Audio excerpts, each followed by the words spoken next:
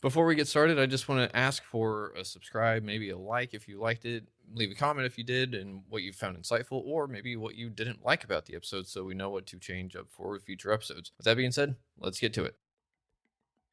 I mean, it's not even a conscious choice of I'm not going to have my boundaries anymore, but you think, I love this thing so much. Why wouldn't I want to spend all my time there? Again, breaking through, I think, some of the myths when it comes to self-care and what is real self-care. Because I believe when you think differently, you feel differently. That mind-body connection, you can't isolate them where I'm only going to think differently. Your body's still going to hold on to those feelings.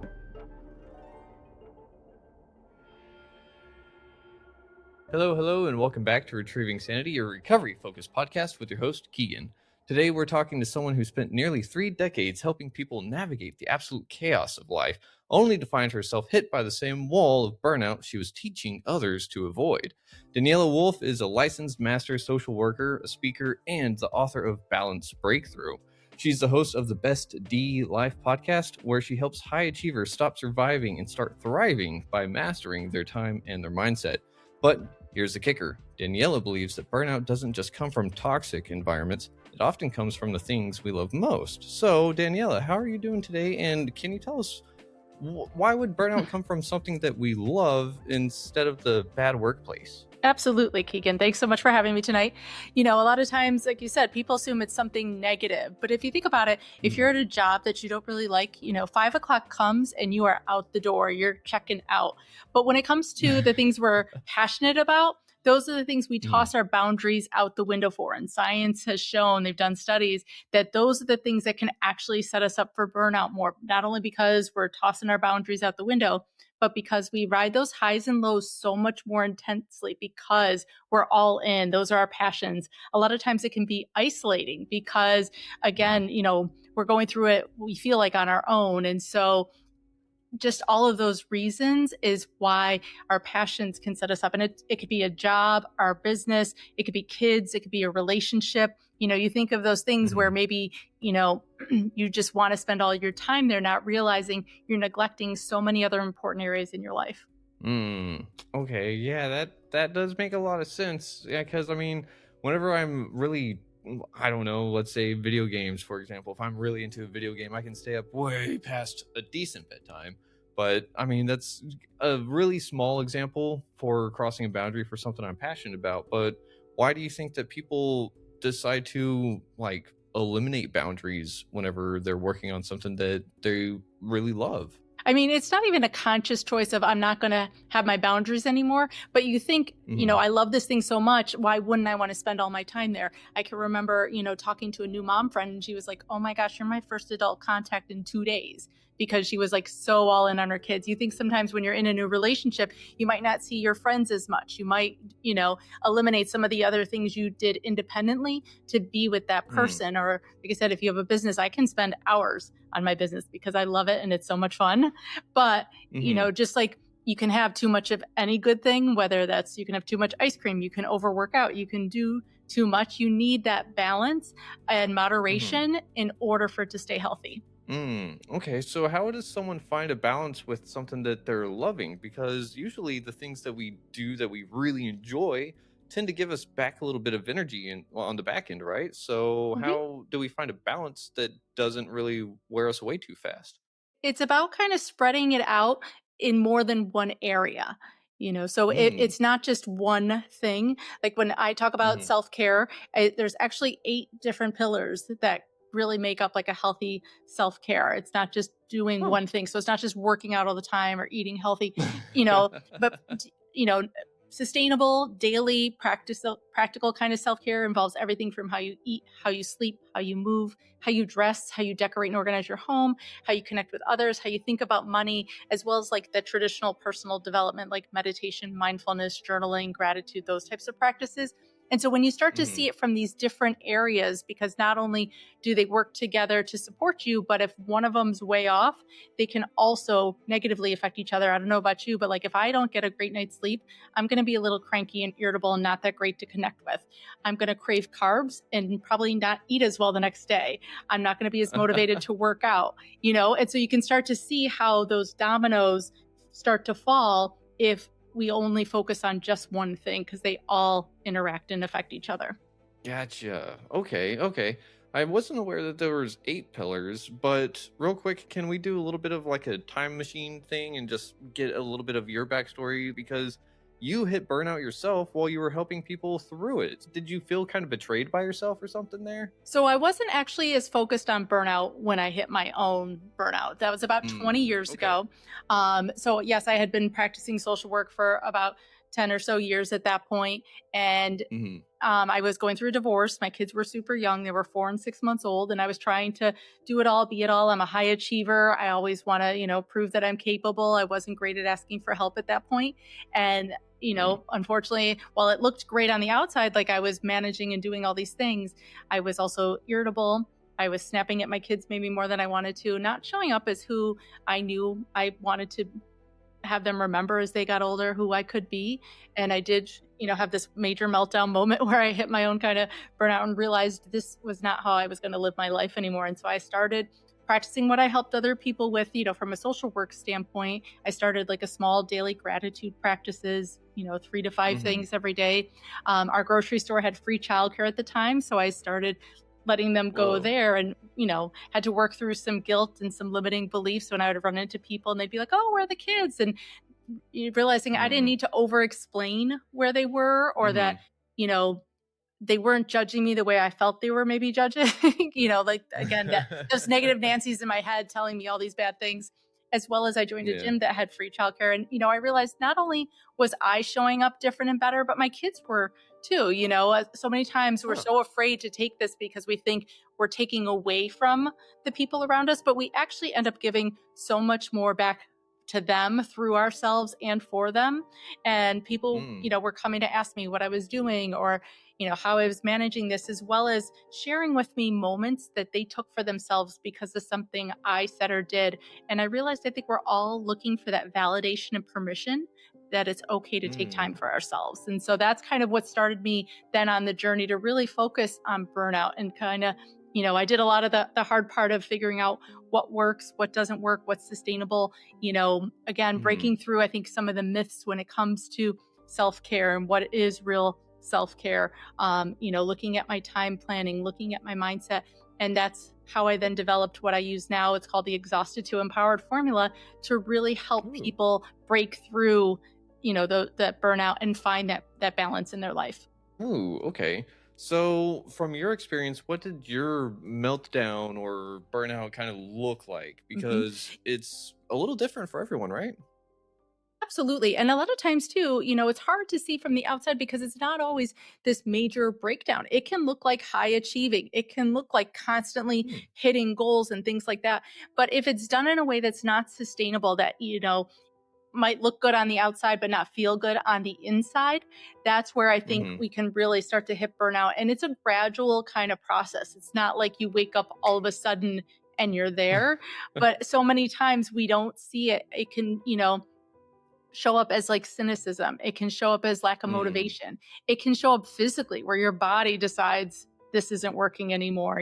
There's so many different ways, but sometimes when rather than focusing on kind of what the bad part looks like, if you focus on the solution and see how Hmm. many of those pieces you have integrated, it's easier to kind of tell, like, oh, where are the gaps and what do I need to fill in, versus waiting Hmm. till we're in that place. Like, you don't want to wait till you have a heart attack to start taking care of yourself. We're not going to wait till we get to that burnout place. Gotcha, gotcha. Okay, so how do you help someone decide what balance actually looks like? Because, like you were just saying, hitting those high goals, like achieving those goals is awesome. I think that's what this whole society is based on, right? Mhm. So, I guess we have to change our relationship to what we think success is. A little bit, as well as, when I talk about balance, a lot of times people assume, oh, you can't say balance because you can't have everything equal. And I agree 100%. Balance is about Hmm. not having everything 50-50. It's about, Hmm. how the way I define it, it's how you adapt, pivot, have resilience and boundaries. And that's where your balance Hmm. comes from, because it's not about Okay. everything feeling like it's 100% equal. it's about being able to manage everything in a way that feels good to you. So, life happens. We never have total control over everything. But if you look at, when things do happen, are you able to adapt and still roll through your day? Or does that become the bad thing that you unpack and stay in all day? Are you able to see options, that pivoting point of it? Because there's more than one way to achieve the things we want to achieve on a daily basis. Resilience. I love to talk about mental fitness the same way we talk about our physical fitness, because that's where that resilience comes from. Just like we train, we might exercise, do movement so that we don't fall and break, so that we can handle, like, I live in the Northeast, and so like there's ice outside, so I can handle that, in a way that feels comfortable. Our mental fitness needs to be strengthened and trained the same way we do our physical fitness. You wouldn't go to the gym for an hour and think you're ready to run a marathon. You need to put in the reps. And so, putting in the reps builds your mental fitness so that when life happens again, you can handle it, you can bounce back, you can keep going forward. And then boundaries are like my favorite B word, because I think they get a bad rap. They're seen as like a negative, a no, a wall, when boundaries are actually so freeing. They give you and everybody around you the permission to know when you're available. It's kind of like if you wanted to go to your favorite coffee shop and every time you showed up, the door was locked because they didn't have their hours posted outside. Their hours are their boundary. And as long as you communicate it and share and post it, you're not going to be upset if you go on a Sunday or on a Monday if they're closed on Monday, just like you can then plan accordingly. So when you have boundaries, it's not just about what you say no to, but it's about what you're saying yes to. In the morning, I have time carved out every single day for some movement and meditation. And it looks different every day. Some days I might only have 10 minutes if I overslept a little. Some days I might have 45 minutes, so I find a 5-minute yoga practice rather than a 40. But the fact that it happens every single day, that consistency is where you start to then build these systems that then kind of all work together. Okay. So can someone burn themselves out trying to not burn themselves out, though? I think if they take it too far, absolutely. Again, it's that moderation piece. I don't do the same things every single day, but I always have options where, that self-care part of that formula, it's not just about feeling calm and relaxed. It's actually about where your energy comes from, your confidence. And so doing different practices that help keep my energy recharged, just like we plug our phones in all the time, you fill up your car with gas, you do the things you need to do to keep it energized and moving forward and going. That's what we're doing for ourselves. I like to call them these micro moments of self-care throughout your entire day. So it's might be 5 minutes here, 15 minutes there, 20 minutes there, and these different ways are how I personally keep my energy up and my confidence. Okay. So real quick, whenever you're talking about mental fitness, it's one of those things that, are you talking about like doing a Sudoku puzzle book every day or like a crossword puzzle, something like that? It could be. It could be if that's something that you enjoy. Mental fitness can come from, a workout even.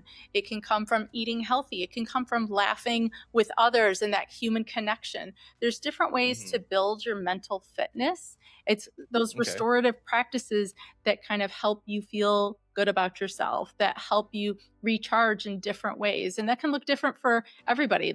Personally, I'm an introvert, so my recharge is probably a little more quiet than an extrovert's ability to recharge.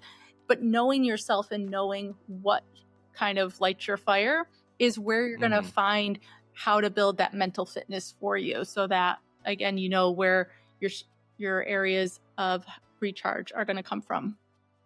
Okay. So whenever you were talking earlier about the 8 pillars of self-care, correct? Could you walk us through all of those and which one do you think is most important, if there is one? So like I said, the first one is how you eat.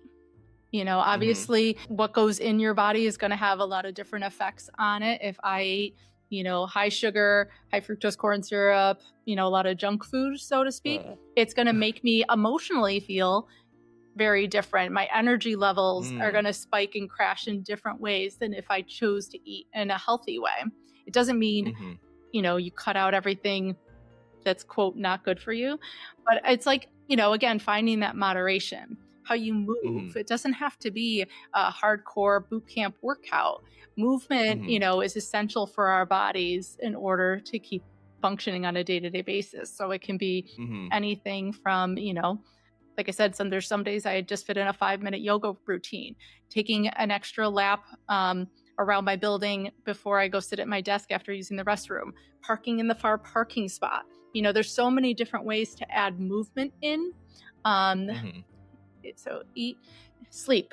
Unfortunately, sleep gets Mm-hmm. underrated and tossed out the window so quickly as far as how beneficial it is to literally physically rebuilding our systems overnight. The phrase, Mm-hmm. I'll sleep when I'm dead, unfortunately, the less you sleep, the quicker you're probably going to get there. Yeah. How you connect with others is so important. I know I especially saw Mm-hmm. this with a lot of the clients I work with during the pandemic, because we don't realize that connecting with others, while it's great to physically talk to someone, have a conversation, even the energy from being around other people can still have an effect on us. Whether you're in a Mm-hmm. tense situation, you're going to absorb that tension versus, you're around other people laughing. It's still going to brighten your mood in different ways. So that connection with Mm-hmm. others, they say even, you go to a movie theater, whether it's a comedy or it's a drama or scary movie, having that shared experience with people, you leave more connected with them. Hmm. Eat, sleep, Interesting. move, dress. People don't realize, Mm-hmm. the way you dress says a lot before you even open your mouth. And a lot of times, wearing clothes that are physically comfortable, if you're tight, if something's too tight or you don't feel like Mm-hmm. confident in it, you're going to show up differently than if you wear a great color that, highlight your eyes or things like that. It's going to, Mm-hmm. again, create that confidence and that energy, and that energy is contagious. You're kind of like the weatherman when you walk in the room. If you're all hot and stormy, that stormy feeling and tension is going to gravitate towards other people, as opposed to if you're showing up outgoing, confident, smiling, again, Mm-hmm. that's contagious. So just knowing your body, knowing what feels good on you, knowing what you like to wear is going to help you feel kind of more relaxed and calm throughout your day. How Mm-hmm. you decorate and organize your home. So that even though they're a little bit two different pieces, they do work together. The Mm-hmm. decorating part, we start and end our day at our houses. These are our sanctuary, our safe place, the place we Mm-hmm. get to kind of completely be vulnerable and be ourselves. And so you want to kind of have the things around you that bring you joy, certain colors, certain scents, certain sounds, different textures, things like that. A super soft blanket, Mm-hmm. a candle that you enjoy the smell of, different things like that help create, Mm-hmm. again, that self-care just when you walk in the door, as well as Yeah. that organization part, knowing where your keys are so you're not spending 20 minutes in the morning trying to find them is, again, gonna affect your mood, gonna affect the energy that you're bringing throughout your day. Yeah. So it's Yeah. simple little shifts like that. Okay. I'm trying to think of the ones I missed. Sleep, dress, decorate, organize your home, connect with others. Think about money. Money, Mm. again, it's an energy. And a lot of Mm-hmm. times, I could spend $500 paying a bill or $500 planning a trip. But the way I think Mm. about that expense changes the energy that I give it, from a negative to a positive and that type of thing. And so looking at your money, if you're afraid to even check your bank account, the power that money has over you, again, is always going to then be there. And like I said, they all Mm-hmm. kind of snowball and affect each other, because if you're stressed about money, when we're stressed, again, sometimes we don't eat well, sometimes we snap and act in a different way. So having at least a relationship with money, being Mm-hmm. comfortable with whatever your money situation is and not avoiding Mm-hmm. it and hiding from it, are, again, part of how you take care of yourself and affect how you feel Mm. on a day-to-day basis. And then the last one was those traditional personal development areas: mindfulness, Mm-hmm. gratitude, journaling, those types of practices. I love mindfulness, especially because they're so quick and easy. You can do them in as small as 30 seconds. I love to share a 1-minute self-care practice where you just set a reminder to go off on your phone and then set a timer for 1 minute. And during that 1 minute, Mm-hmm. you don't do anything other than just focus on your breath. Maybe some shoulder shrugs, maybe have some water, but you're not scrolling, you're not sending an email, you're not throwing in a load of laundry. And science has shown Mm-hmm. just that 1 minute starts to lower your heart rate, lower your Mm. cortisol levels, as well as you get the dopamine hit of setting a goal and achieving it. So imagine that reminder going off 5 times a day, you now have a 5-minute self-care practice, that you can Hmm. slowly build on. Maybe at the end of a minute, you're like, I got another 30 seconds. I have another minute. And you slowly start to build small micro moments that then start to have those benefits so that when life happens, you're in a state where you can respond rather than react because you're not at that heightened Mm. state of stress the whole time. Mm. Okay. Ooh. Yeah. All of those, I think, hit a little bit different every time you were talking about them because it's just one of those things. Like you said, they snowball. And yeah, I may be feeling good in one area, but the other area might not be feeling as grand. And that may make me snap at someone that asks a simple question, and it's like normally I wouldn't do that kind of thing, but I just my shoulder really hurts today, and I didn't sleep well last night, and blah. So yeah, that really makes sense. Yeah, I And use like a wagon wheel analogy when I talk about mm, them because I know I don't have the visual in front of me, but imagine a wagon wheel and it has all those little spokes. mhm, And imagine one of yep, those spokes was broken. And so, yeah, you could probably keep rolling down the road, but you're going to feel that bump every time you hit that broken spoke. And so, mhm, that's kind of the same effect of not having kind of that continuity around those different areas of self-care. And that's where, like, back to the original first question of when you're so focused on your passion only, you're only focusing mhm. on one area that makes you happy, you have a lot of broken spokes. Mm.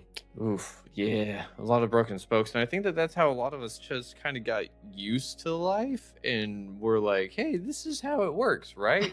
Yeah, Because none, we got we're used to not it. taught this kind.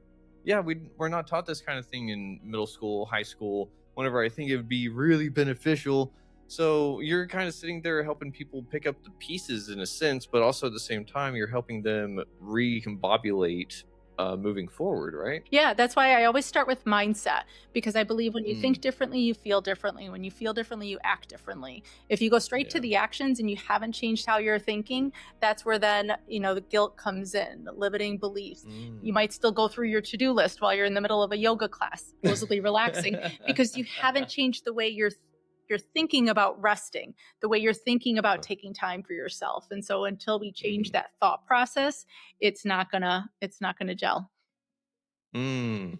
Okay, so one thing I think I heard you say right there is kind of resonating with something that I went through a couple of days ago. I did a podcast with someone, and I was on their podcast doing a therapy session. Mhm. And so it was a lot of, hey, you got to stop thinking about everything and start feeling it because you're thinking about it, you're not feeling it, you're not able to process it. So stop. And I'm like, okay, but that's how I've conditioned myself ever since I was little because that's how I survived was thinking things through. Mhm. So it kind of sounds like you're telling people to take that moment or take any moment and to just feel what that whole area is kind of having to have an impact on in your life. Yeah, a little bit, because that mind body connection, you can't, Mhm. isolate them where I'm only going to think differently. Your body's still going to hold on to those feelings. It's still going to Yeah. process it until you kind of go through both pieces of it. So, when we talk about changing your mindset, the first part is just acknowledging what the thought Mhm. is and giving yourself the Yeah. grace without judgment to then process that feeling. Where did it come Mhm. from? Sometimes there's these beliefs that we have that have been ingrained in us since we were little kids, or we've subconsciously kind of followed them without even recognizing where they came from. So to start to kind of break it down Mhm. and think about, would we talk to somebody else the same way we're talking to ourselves? Because so many times, we're never as kind with ourselves as we would be with someone else. So to take that Mhm. thought and then say, would I say this to a friend? If Mhm. someone said, oh my gosh, I'm exhausted lately. So many times we beat ourselves up like, you got to keep pushing through, you got to push harder, you got to hustle. Your friend, you'd Mhm. probably be like, absolutely, take a break, take some time for you. We just have so much more grace for others. And so to start to learn to then give ourselves that grace, but then also to change the script. We're changing Mhm. our way of thinking. We're going to put a new phrase on repetition so that we can create a new Mhm. neural pathway in our brain so that we have a new default, because we've been Mm. traveling those other paths for years. We've been saying those thoughts to ourselves consciously or subconsciously for so long. Mhm. It's easy for our body to go right there, even if it's not what makes us happy or we know it's not the right thing to do. And so we have to kind Mm, of retrain ourselves. That's why people do affirmations and different quotes and things like that to help retrain a new thought once they catch mhm. that old way of thinking. Ooh, okay. Um, and I kind of want to ask about the whole money mindset because you were talking about spending $500 on a bill versus spending $500 on a trip or something, Hmm. or to plan a trip. Yeah. And for me, that was actually something that I kind of went through. Was it last year, I think, or maybe year before last? I don't know. Time's weird. But not too long ago, I realized that my relationship with money was bad. Hmm. And I say bad because I thought money was evil. Don't get me wrong, I still think it is Hmm. in the wrong hands. But because I hated it so much, as soon as I got any, I was like, spend it. Like, I Yeah. did not want to touch it because it being in my bank account means that it was bad. Hmm. But now I changed up how I view money, and now it's a tool. It's something that actually helps me help other people, and so on and so forth. And now it's like, Absolutely. oh, I don't need that $5 drink all of a sudden. So how do you think that you can help people kind of rethink how they interact with the world? Because money is kind of that transaction tool, right? Like that's how Hmm. we get things that we want. We do services. We get services from others to help us in our day-to-day kind of stuff, and maybe that helps us avoid burnout. So how would you tell someone to not spend all their money on that kind of thing? I mean, it's not necessarily, again, about not doing certain things. If that's what makes you happy, if it doesn't financially bankrupt you and, hurt your life in any way, Uh-huh. but it's about, again, recognizing, like you just said, that relationship you have with money, the thoughts you have about money, and Mhm. changing that in a way that's going to serve you in a better way. There's this great book called Happy Money by Ken Honda that talks Mm. about how to do that, when it comes to money, Oh, because it cool. is just transactional, but I think we give it so Mhm. much power, we give it so much emotion, and that's what we're Ooh. responding to. It's not the money itself. Mm. Money's just, it's a Huh. piece of paper that somebody printed, Yeah. or it's a thing on So the internet if you're into Bitcoin. I don't even know that stuff. yeah. I don't know it either, Mhm. but you said it's the emotional aspect that we're kind of responding to, and it feels like that may be this case with the other 8 pillars as well, Mhm. you know? Yeah, and that's where that mindset part is so powerful. If you see rest as Mm. lazy, if you see rest as Mhm. not productive, just because outwardly you can't measure that productivity versus internally, if your heart rate's slowing down, it's repairing, it's doing all sorts of things. But we don't always think of rest in that way. We just think of it like, oh, it doesn't look like she's got much going on, those kind Mhm. of things. Um, so to rethink how we look at food, say per se, people talk about Mhm. emotional eating, comfort food. Again, there's that emotional Mhm. piece and how Yeah. we attach it to these activities in a way that doesn't always serve us. Yeah. So, you're not saying to have someone kind of get a lobotomy and like just erase all emotions with things and to start over. You're just saying to evaluate what's already there and see what someone would like to refine or improve themselves, correct? Like I said, would you say it to a friend? Would you say it to one of your Hmm. kids? Would you want, would you find it kind or would you find it mean and hurtful? Yeah. Oof. Yeah, and I think that that's one of the things too that we kind of come across sometimes is, like you said, we don't offer ourselves that kind of grace to take breaks, to talk to ourselves kindly, to even see a future where we're doing well. Mhm. And maybe that's one thing that keeps people in some burnout is they can't see a future, and so all they see is the here and now, right? Right. And unfortunately their here and now is something they feel like they need to escape from. They have to Mm. take a vacation, they have to retire, they have to quit versus creating a life that they enjoy every single day in some way. I mean, obviously life is life and it's not always going to be perfect, but Yeah. to have control over the things you do have control over. And that's that middle piece I know we haven't talked too much about yet, Hmm. which is time planning. And I call it time planning and not Ooh. time management because management to me makes me feel like I need to have control over it, which you can't.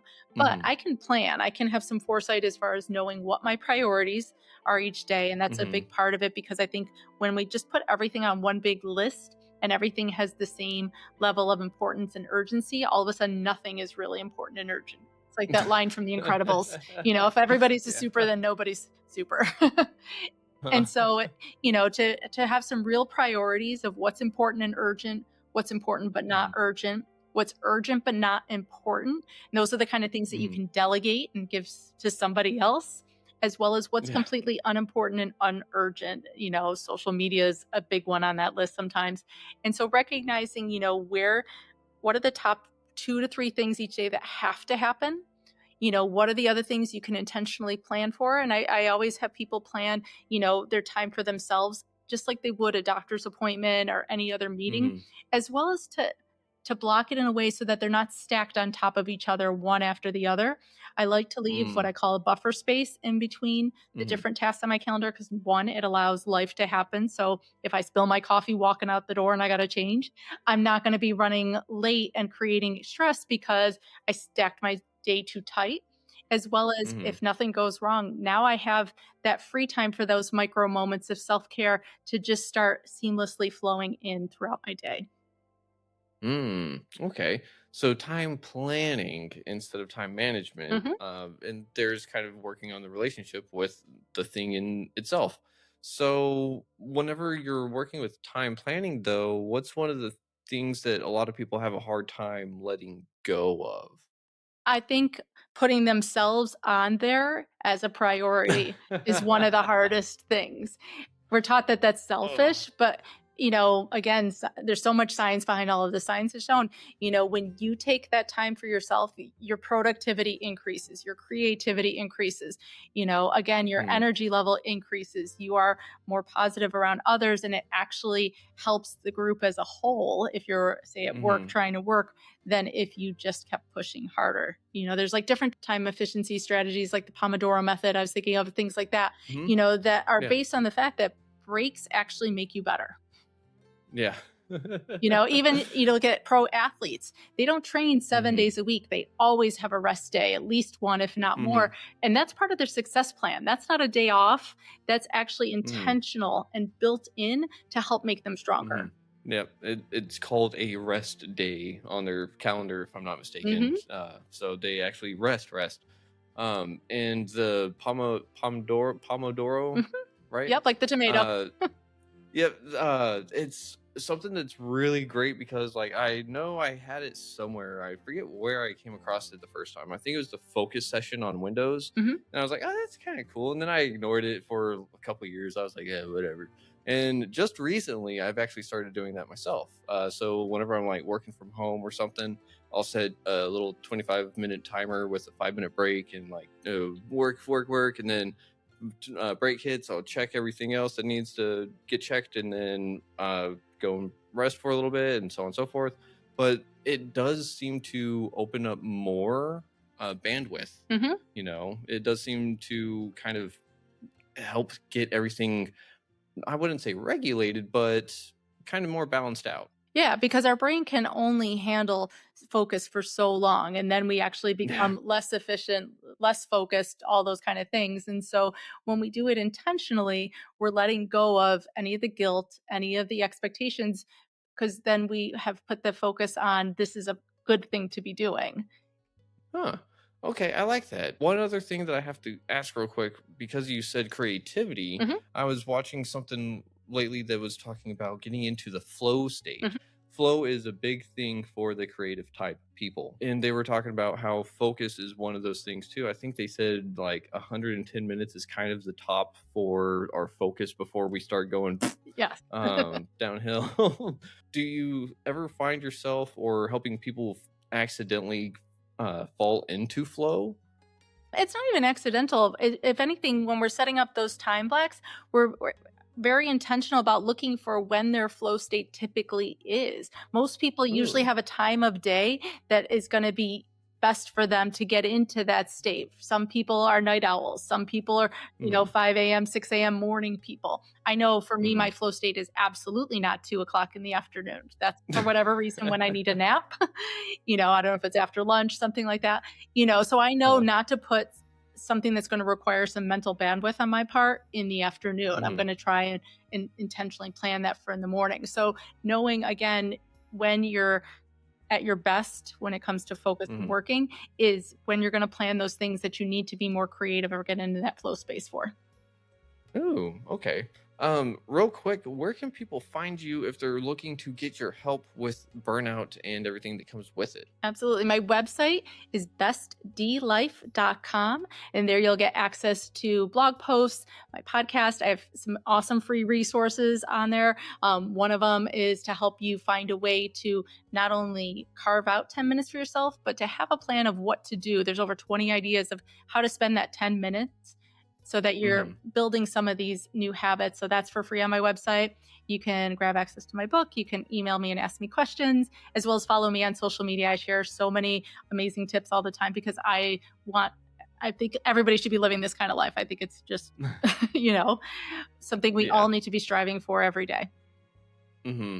And whenever you say carve out 10 minutes, for some reason that makes me think of like carving a pumpkin. Mhm. And it's also weird because it's not necessarily a passive act. Carving is actually kind of aggressive because you're using a tool to help you to like get into something that is otherwise impenetrable, otherwise not fun to work with. Mhm. So you're really talking about like sitting there and helping people say, here's what my schedule looks like now. I'm going to make time for me because I deserve it, right? Yeah, absolutely. You and everybody else around you deserves you to take 10 Hmm. minutes for yourself. And a lot of these activities, too, again, like I said, they don't have to be done alone or in isolation. I think we take the word self and self care too literally. You can do it with Hmm. others. You can do it with your kids. You can do it with a group of friends, your partner, those types of things. It's about Hmm. doing the things. Again, that light you up, that make you happy. Going back to even hobbies, it could be activities, just finding different Hmm. ways to find whether it's laughter, movement, all those kind of things, and to see just again what the different options are. I think when we see more than one option and a way to achieve it, that makes it more sustainable. Because I think if we're Mm. too rigid, like, oh, if working out has to mean I have to drive to the gym and go to a certain class and all those kind of things, it might be harder to fit in than, oh, I'm going to do a Hmm. 10-minute walk during my lunch hour. I'm going to do, this walk during the day. I'm going to do 5 minutes. You could still find the same amount of time, but if you break it into ways that maybe work better for whatever season of life you're in, that's what's going to make it Hmm. more consistent and sustainable. Okay. And real quick on the physical aspect of things for people, do you suggest people finding things to help with their ergonomics per se, finding things that help them with their body, because that's one of the things whenever we're talking about movement, Hmm. some people may have a bad joint, some people may have something that really does actually physically limit them. So how do you help them find workarounds on that end? I mean, unless you're, physically disabled in a very serious way, I'll be honest, that's probably not my specialty, but a physical Fair therapist could enough. probably help. But I think, like I Yeah. said, movement doesn't have to be a workout. It could be Mm. walking to the mailbox and back. Movement is Okay. about that state of moving so that we're not just Mm. completely sedentary on our couch watching TV, on our phones. So many times I heard once, sitting's the new smoking. And so Yeah. I have a standing desk right now. So many people have standing desks Yay. because we're sitting for like 8 hours a day, and that's just not good for our Mm. circulation, our joints, the pressure, our heart, No. all those kind of things. So looking at what am I doing to move? Even if you're sitting, there's chair yoga, where you're Hmm. doing those silver sneaker exercises or, just moving your upper body. There's still ways to integrate movement throughout your day. They have Hmm. those little pedal things you can put under your chair if you have to sit at work. They have Hmm. those walking pads now you can put at your desk. Like there's different ways to add movement that doesn't have to be a workout. Again, like I said, it could just be Tai Chi is a very gentle workout. Like I said, it could be Hmm. some arm things. So it can look different depending on what you've got going on at that point in time. Gotcha. So you said walking pad things. Is Mhm. that for your standing desk? Yeah. Yeah. Or Huh. it's like not quite a treadmill. They're like a little like smaller, easier version. They fold up, things like that. Do you have one? Yeah, because I actually just recently got a wobble board. Ooh, very cool. So yeah, so So that's movement. yeah, don't want to sit there with my shoes on it, but I also don't want to be wobbling the whole time either. Hmm. But I think that just kind of helps me and my hyperactivity kind of calm down so I can focus a little bit. Hmm. But have you heard of that African proverb that movement is life? I haven't, but it sounds completely true. Yeah, because what you're saying just makes me think of that. Just we have to move. We can't sit still. We can't be the slaves to our own bodies, Hmm. essentially. Yeah. So, Yeah. So just finding, like I said, different options. It can look different every way. mhm, Connection with others might mean getting together in person. It might be texting someone. My son calls me mhm, on his drive home from work every day, and it might only be like 6 to 8 minutes between the 2 points, mhm, but it's consistent. And yeah. so that's where that Mm. connection part can look different every day. Real quick, you did say that sleep was the middle part, right? Or no, time planning was the Time middle plan. part. Yep. Mindset, time planning, So self care. what's the top part? Well, they actually overlap. They're like three concentric circles. Like that's like a little image. Oh, So if those were the three oh, areas, they overlap in the uh-huh, middle. So yeah, mindset can exist on its own. Time planning's on its own. Self care, but when you blend those three areas together, that's where the magic mhm. happens. Ooh, okay. So it's a type of synergy, Yes, if you will. perfect. Yes. Ah. What is one of the things that you find makes people really not be able to do this kind of thing? Because I mean, we're all like you said earlier, we're just go go go go go. Hmm. So I guess the hardest part maybe is telling people to just relax for a few seconds or so. And that's that mindset part. What the phrase you Hmm. just said, telling them to relax, is because obviously mentally they struggle with that part of it. We're creatures of habit, even if they're not great Hmm. habits. And so, not only looking at what do I need to add, but also what do I need to stop doing? And seeing Okay. what's not serving you anymore. Sometimes we jump so much into what to do that's where people can feel Mm-hmm. pressure of doing and doing and doing versus sometimes Mm-hmm. doing less and just taking some things off your plate might be enough as well. Gotcha. Um, hmm. You just made me think of some uh what advice I guess it would be. Someone was trying to help someone else quit smoking and they said, "Well, why do you smoke?" And they said, "Because it helps calm me down." And they were like, "Does it really though?" And as someone that used to smoke, I was like, "Yeah, they got a point cuz whenever like if I'm smoking all day or hitting my vape all day, I don't feel a thing. It's like it's just a force of habit. Hmm. And then if I set it down for the whole day or whatever, then I come back to it. Then it's like I get what I've thought I was getting all the time, but for like 5 seconds, Yeah. And so it really didn't serve me anymore. It didn't serve that person anymore to sit there and just be like, yeah, we're going to ruin our bodies to get a false sense of relief. What? Yeah. No, no, ew. And I'm sure as you built the So tolerance over time, it required more and more and more. yeah, and like that's the other bad thing about like vaping with the nicotine is that you can get really strong nicotine vape, and then once you're there, it's like, uh, okay, I guess I got to shoot it up now. No, not gonna do that. Yeah. So, Well, I even think if I hadn't folded laundry, I haven't folded or put away anybody else's laundry in about 15 years. wow, And that was one of the huh? things I took off my plate. Like, you know what? I'm like, why do I need to do everybody else's laundry? So I started taking Mm, that off my plate. Everybody got a basket with their own clothes. Like I did the laundry, but I stopped putting yeah. their laundry away. As well as I don't fold my laundry before I hang it up. I just eliminate a middle step. So sometimes it might sound Uh-huh. silly, and I know we're kind of laughing a little, but it's like that small little thing of taking that off my plate saved me Hmm. hours every week. Oh yeah. Yeah, and so what is one of the things that saves you the most time and energy for yourself so that you have more on the back end?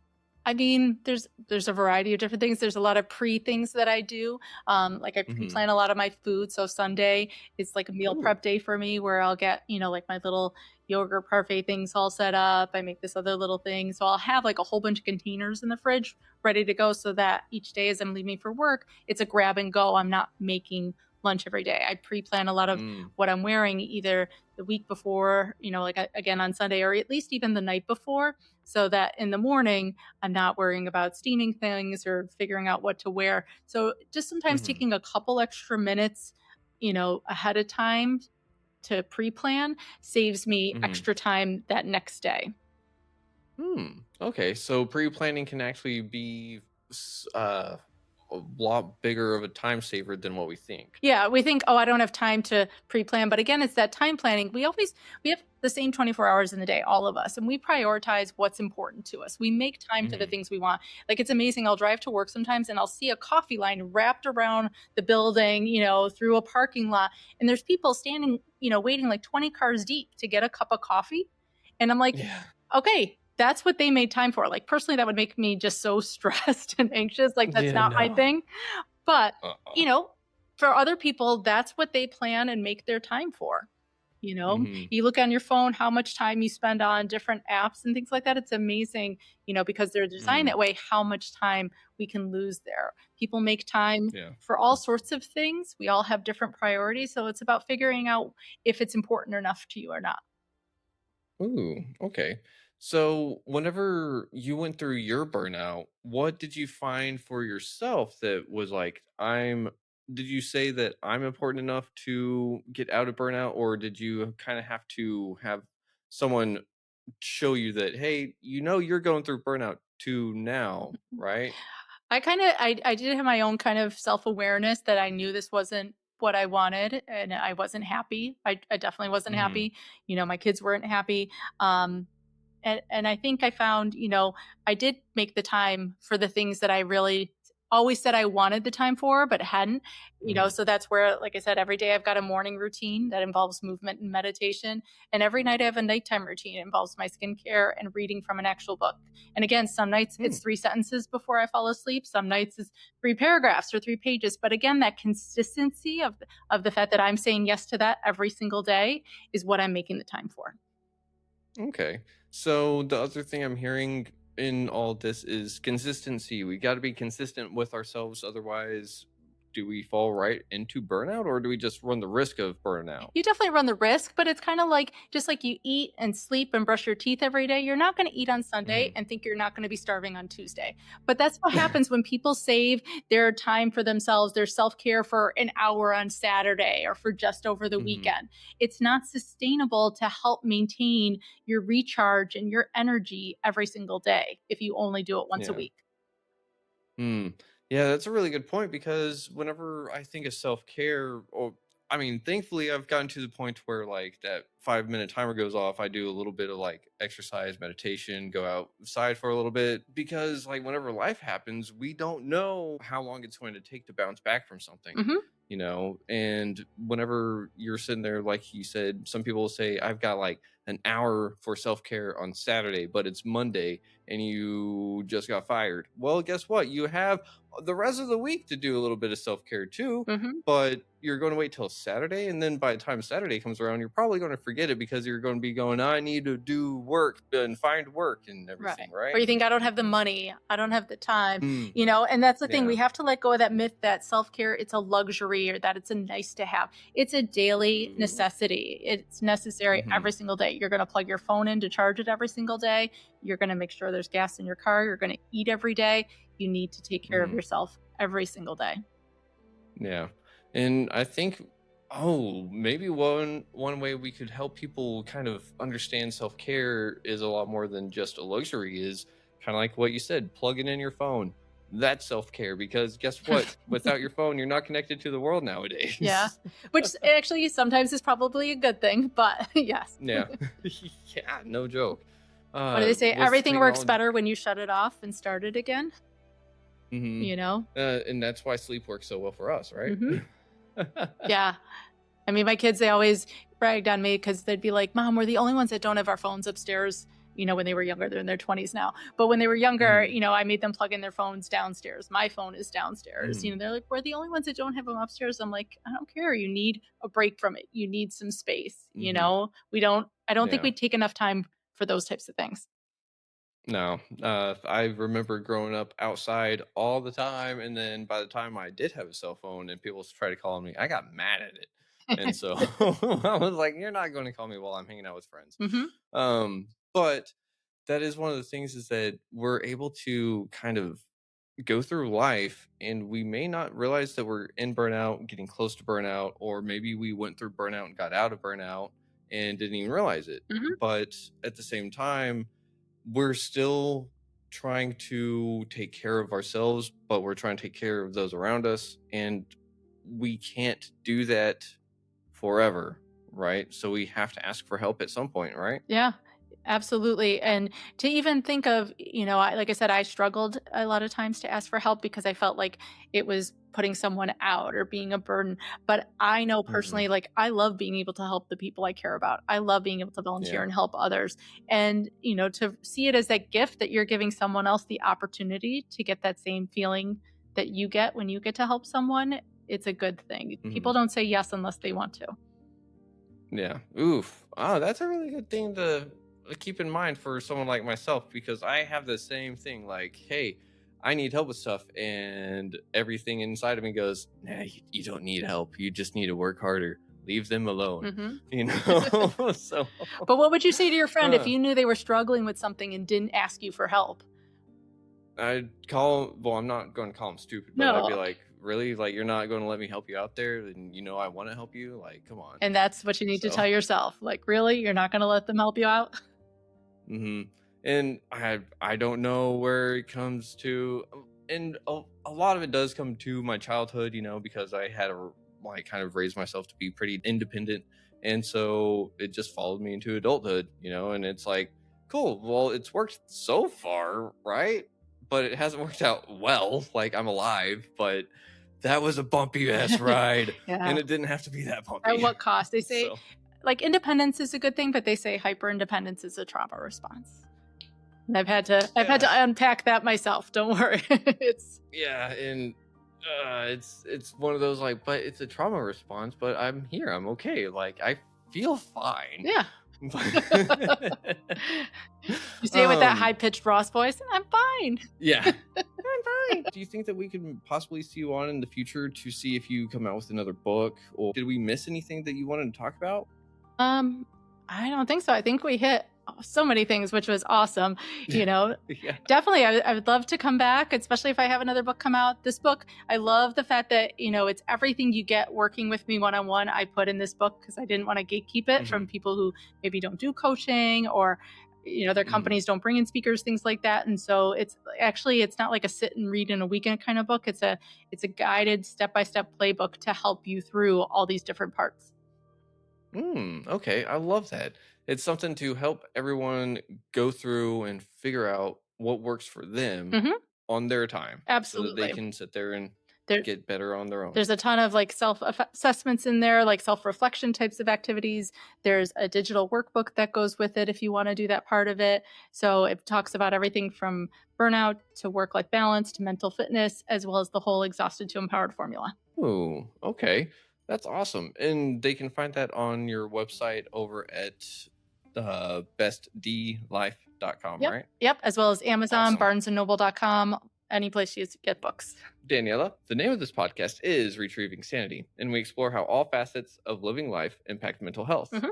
Looking at the incredible motley adventures of your life, what does retrieving sanity personally mean to you today? And what's one practice or perspective you believe is crucial for anyone on that journey? Yeah, for me, retrieving sanity meant kind of giving up some people pleasing and really Mm, taking that time to focus on myself, doing things, even if I'm the only one who wanted to do them, and just, taking the class by myself, going to that, workshop by myself, and just really leaning into taking care of me, focusing on what I like to do, not in a way mhm, that, hurt anybody else or took from anybody else, but in a way that I didn't feel like I was giving up on me. And so mm. I forgot what the second part of your question was. What's one Oh, practice or perspective you yeah. believe is crucial for anyone trying to do the same? Yeah. And definitely the perspective of the fact that self care is not selfish. It gives back to everybody around you and more. And just to kind of embrace that. Mm. I love that. And I really do think that that's something everyone should try to embody, because I think that we would make the world a totally different place if people actually cared about themselves and made themselves a priority sometimes, but Absolutely. not in the narcissistic way. No, no, that's too far. Everything in moderation and balance, right? Is there any last words that you have for the audience tonight? I know I mentioned it earlier, but I'll say it again. Give yourself grace. Progress over perfection. This is our first time through life. I would tell my kids that this was my first time being a mom. This is my first time doing all these things as well. My first time figuring it all out, and to give ourselves that same grace and kindness that we give to everybody else. I love that. Well, Daniela, thank you for being on Retrieving Sanity. It has been an absolute honor and a pleasure, and I'm looking forward to our next conversation. And I just got to say thank you for helping so many people out with their burnout and getting out of it and restructuring their life so that they can just actually have some self-care without saying, oh, I can't afford self-care today. It's free. But thank you so much, Keegan. I had a great time chatting as well. Awesome. Thank you. And everyone out there, thank you for listening to Retrieving Sanity on WDJY 99.1 FM. And as always, don't forget to love yourself, love others if you can, but you gotta love yourself first. And if you're in a mental health crisis, dial 988. And if you're in the LGBTQIA plus community, dial the Trevor Project up in Canada, and they'll be able to help you out as well. With that, we'll see y'all next week. Bye.